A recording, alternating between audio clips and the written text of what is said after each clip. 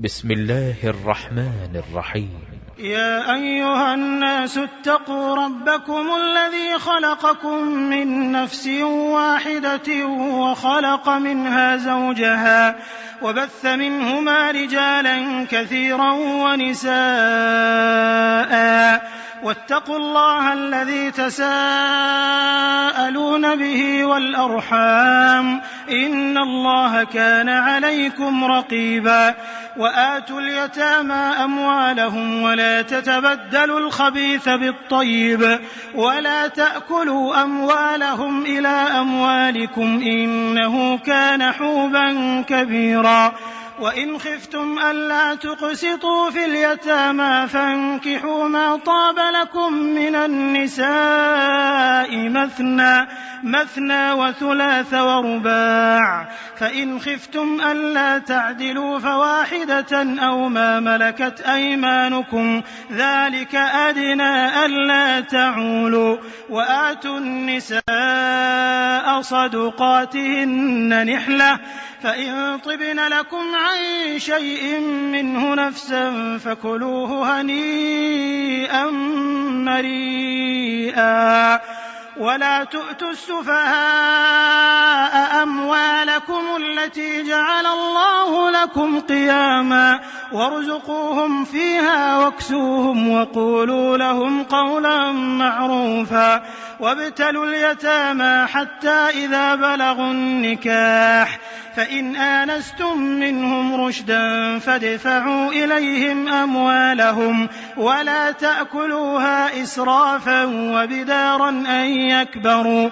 ومن كان غنيا فليستعفف ومن كان فقيرا فليأكل بالمعروف فإذا دفعتم إليهم أموالهم فأشهدوا عليهم وكفى بالله حسيبا للرجال نصيب مما ترك الوالدان والأقربون وللنساء نصيب مما ترك الوالدان والأقربون مما قل منه أو كثر نصيبا مفروضا وإذا حضر القسمة أولو القربى واليتامى والمساكين فارزقوهم منه وقولوا لهم قولا معروفا وليخشى الذين لو تركوا من خلفهم ذرية ضعافا خافوا عليهم فليتقوا الله وليقولوا قولا سديدا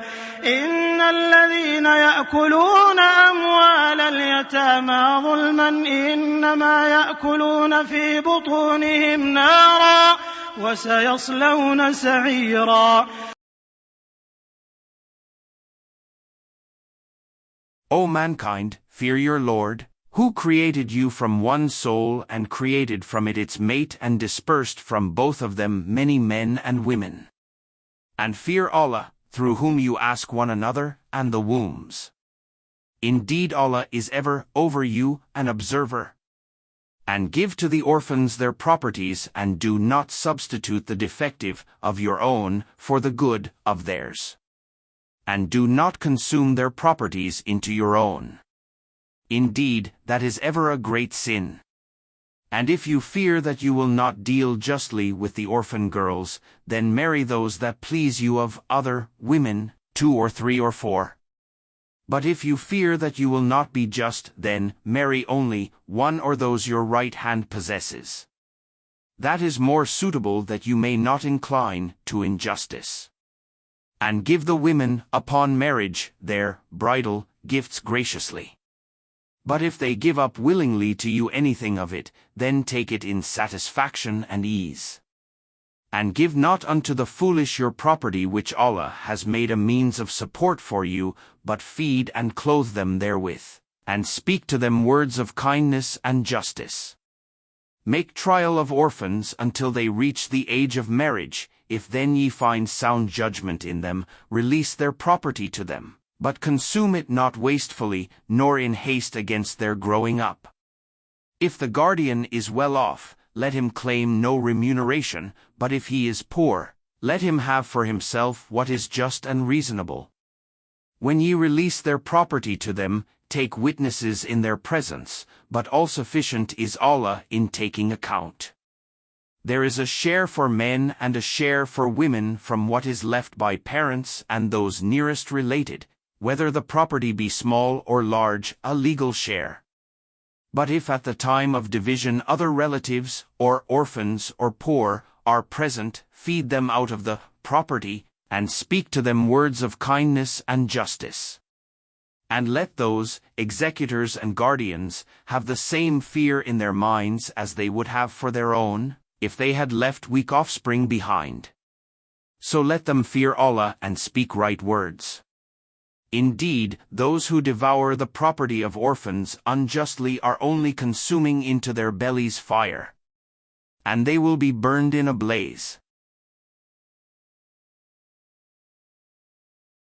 نحن نقص عليك أحسن القصص بما أوحينا إليك هذا القرآن